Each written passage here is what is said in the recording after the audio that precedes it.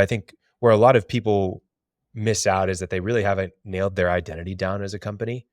And I think employees will spot that out much faster than a customer will. At the end of the day, the customer just wants to get the work done at a reasonable price, reasonable timeline, and not work with someone who's a pain in the ass to work with, right?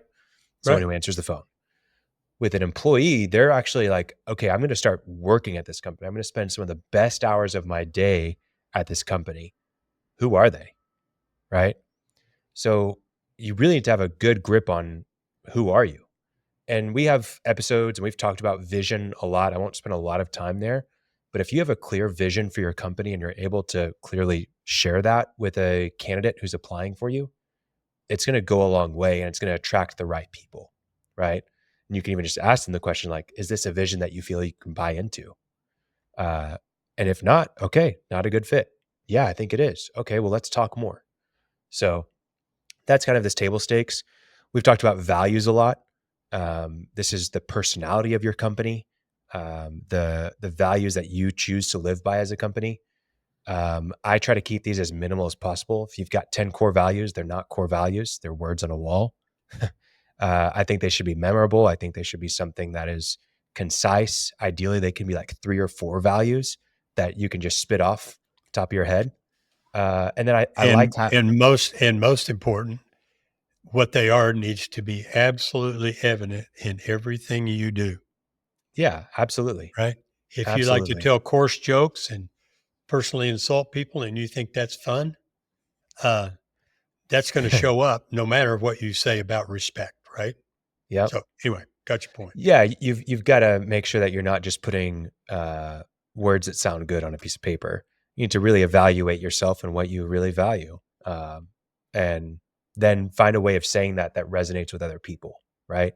And if you want I mean, there's exercises you can do with your existing employees if you have them, or with people who, you work with, like customers or, vendors, suppliers even. Ask them, what is it like to be on the other side of our company? What is it like to work with our company? Um, Good and bad, right? And then that's gonna help you understand what your values are and what you display to others. Um, yeah, so you have your company vision, you have your values. I break it down one step further. We had a great episode with Michael Girdley, I think episode 200, where he talked about core behaviors, and he's written about this on his newsletter and on his Twitter account. But core behaviors are breaking down your core values into really actionable and objective statements that you can follow. So if one of your core values is that you're a responsive company, it's not just we always pick up the phone. It's like, no, we return all calls between 8 and 5 the same day, right? It's subjective. So if there was a phone call and we got a voicemail or we missed it, we're returning that call the same day, right? And so just breaking down all of your core values into really actionable and clear statements that you can follow as a team, that you can point to, and it's objective. Hey, this is what we do, right? Yeah. So I think that's one piece that people don't think about often whenever they're hiring, especially the smaller contractors. They're thinking a lot about what this role is and who they're going to be reporting to, what the duties are, responsibilities. But the reality is they're coming to work for a company and you need to communicate who that company is. And if you have all those things nailed down, your job descriptions and job postings are going to be much more sound. But also when you jump into an interview and they ask questions about the company, you can point to these things very easily to answer those questions or at least guide the answers to those questions. Um, so yeah, those are the things that are company related. Now, the next thing that I like to go through is there's one more piece that's kind of for the role and for many roles in your company, but it's still related to the company. And that's the why work for you or why work for your company. Ideally, you would have whoever's the direct report for this new hire heavily involved in this process. So if this is, hey, we're hiring an assistant project manager, the project manager should be involved in at least brainstorming the why work for you document. But essentially, you can cover the things that are very straightforward. Hey, what's the compensation? What are the benefits? What's time off look like? All those kinds of things. But then beyond the benefits and the compensation, what are the things that they should be excited about? Um, what is it gonna be like to work there every single day? What are the things that, we've talked about challenge, mastery, and autonomy Autonomy, mastery, and purpose. Yeah. and purpose. Okay, Yeah. yeah. So those 3, I think about, like, having a challenging work environment that they're excited to come to and really exert themselves and learn. I think about having something meaningful.